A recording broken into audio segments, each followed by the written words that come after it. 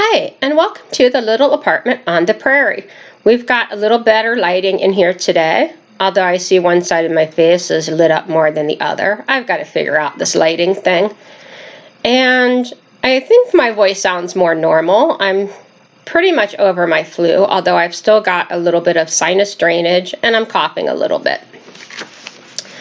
So today I thought I would talk a little bit about subsidized housing for people with disabilities, because that's the type of housing that I live in. There are two federal agencies that subsidize housing for people with disabilities and for other people as well, such as elderly people, low-income families, things like that. And what it means when I say subsidized housing is that the tenant pays part of the rent and the government agency pays part of the rent, so that the tenant isn't responsible for the full amount of the rent and housing is affordable. The two agencies, federal agencies that subsidize housing, are the U.S. Department of Housing and Urban Development, which is frequently referred to as HUD, and the U.S. Department of Agriculture, or the USDA. You're probably more familiar with HUD. HUD has several programs that help people with housing. One is they provide low-income loans or help with low-income loans for people who want to buy their own home. I don't know a lot about that, how that works. They have a program called Section 8 where they subsidize housing by giving you a voucher that will pay part of your rent, and you can live anywhere that the landlord agrees to accept the voucher. And then there are apartment buildings that are not owned by the USDA or by HUD, but they have a contract with the owner of the building that they will subsidize the rent, and the owner of the building has to do certain things in order to have that happen. And it benefits the owner of the apartment building because they're guaranteed in getting a certain amount of rent every month because they count on the federal government to pay them, which works well except when there's a federal government shutdown. That's kind of another story. So most people are more familiar with subsidized housing. Oh my goodness, there's a cat fight by Whiskers and Sassafras. All right, they get along most of the time and then they have little spots. It's Whiskers who's arguing. Sassy's just trying to play, but she doesn't take no for an answer when Whiskers doesn't want to play. All right, so anyway, people are more familiar with HUD subsidizing housing. I don't even know why the Department of Agriculture would be subsidizing housing. Like, it makes sense that an agency called Housing and Urban Development would help with housing. But the USDA does. They have this program called Rural Development, and they subsidize housing in rural areas. And I used to live in housing that was subsidized by HUD, and now I live in housing that's subsidized by the USDA, and it works pretty much the same way. There are also county agencies in some places that subsidize housing. It might go by the name of metropolitan housing. That might vary depending on where you're at. And usually those properties are owned by the county, so it's a little bit different. The reason I live in USDA housing now instead of HUD housing is simply that the USDA housing is what was available where I wanted to move to. I'm going to put links down in the description to where you can find a map and click on it and find housing subsidized either by HUD or by the USDA. And if you're looking for housing that's subsidized, this will help you find it. Usually in rural areas, there's much less of a waiting list. In big cities, the waiting list can be 2 years or longer to get into subsidized housing. There's just not enough of it available. So I wanted to live in a rural area, and I wanted to move right away. And apparently not a lot of people want to live in a very small town in Nebraska. So there is no waiting list here, which was one of, the big pluses of why I picked to move here. There were other places that I looked at moving where there would have been a waiting list, and I was really unhappy where I was living before. Maybe I'll talk about that in a different video, but I wanted to move right away. So anyway, rent is based on your income, and you pay approximately 30% of your income in rent. But there are some exceptions or some variations. If you're disabled, there's a certain amount that doesn't count. And also if you're elderly or disabled, any medical expenses that you have, that you pay out of pocket, they subtract from your income. So let's say my income is $1,000 a month, and let's say I spend $300 a month on medical expenses, then they're going to look at my $700 would be the amount that they would then take a third of that, and I would pay that much for rent. I'm not very good at math. Let's say my income is $100 and I have $20 in medical expenses. So then they'd be looking at $800. They divide that by 3. My rent would be $250, a little over $250. No, that makes no sense at all. Scratch all that. Ignore my math. Anyway. So there can be other eligibility criteria to live there, like you might have to be elderly or disabled in some places. And what they do is they recalculate your rent once a year to make sure you're still eligible and that you're paying the correct amount.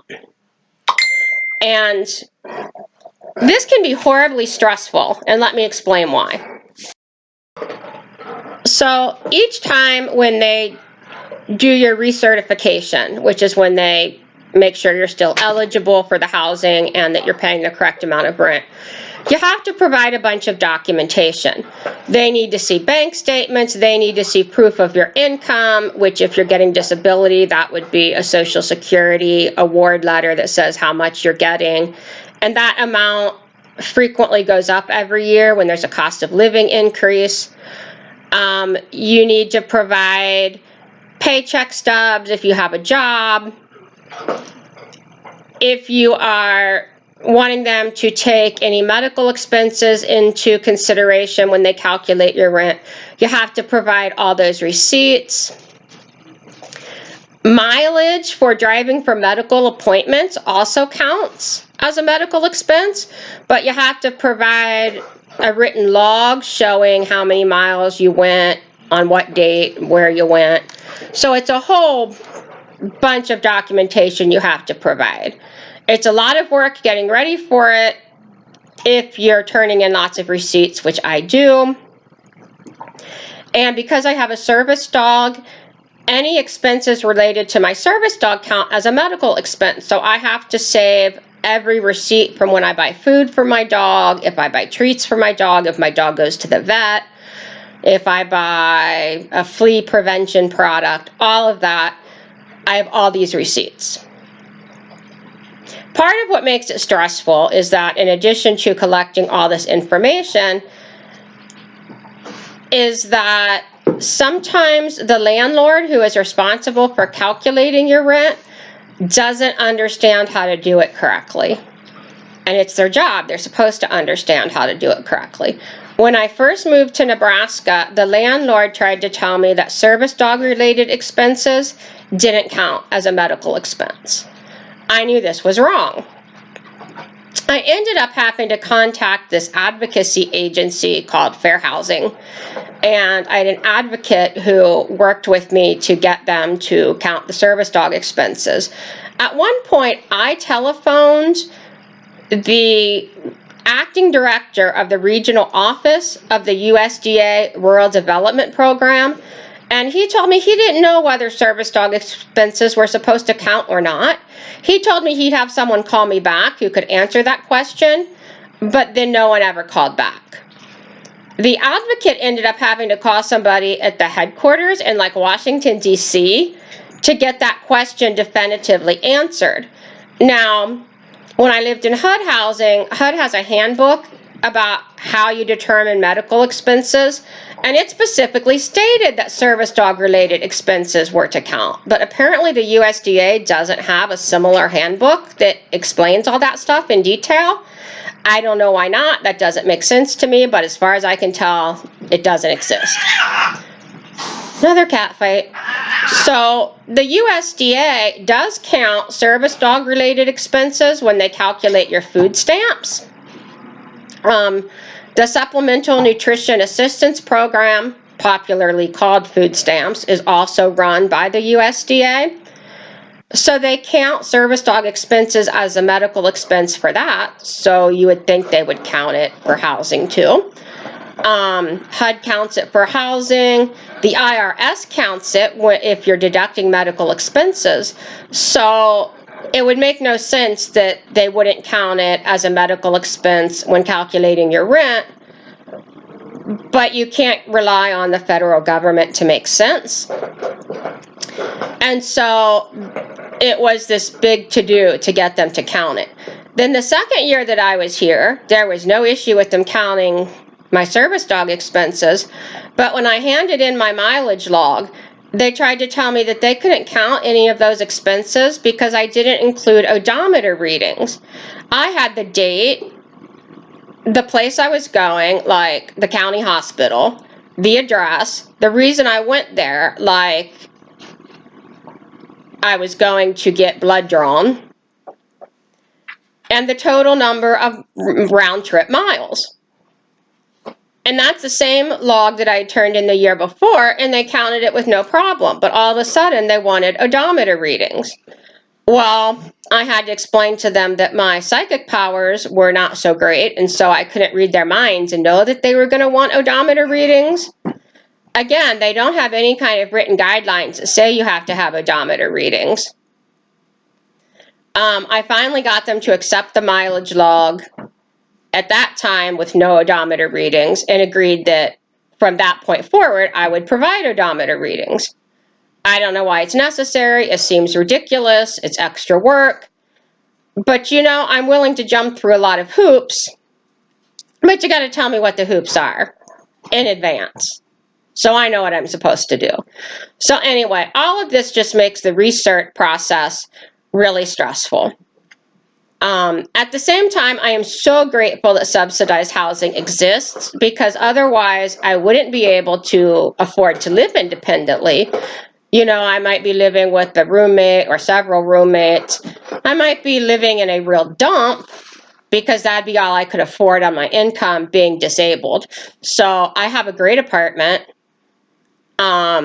You know, the maintenance is good. Things are taken care of. It's winter. There's snow. They're doing a great job removing the snow from the parking lot. It's wonderful that subsidized housing exists. Like I've said before, I'd love to be living off-grid out in the middle of nowhere somewhere, but I can't afford that. And so this is a wonderful option for me. It's a wonderful option for lots of people.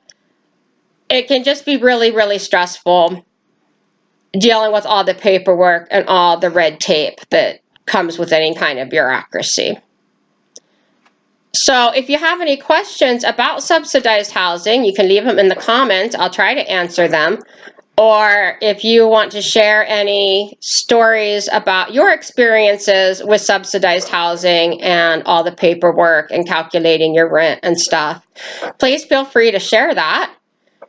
And if you liked this video, please give it a thumbs up, subscribe so you can get notified when there are new videos, and everybody have a nice day.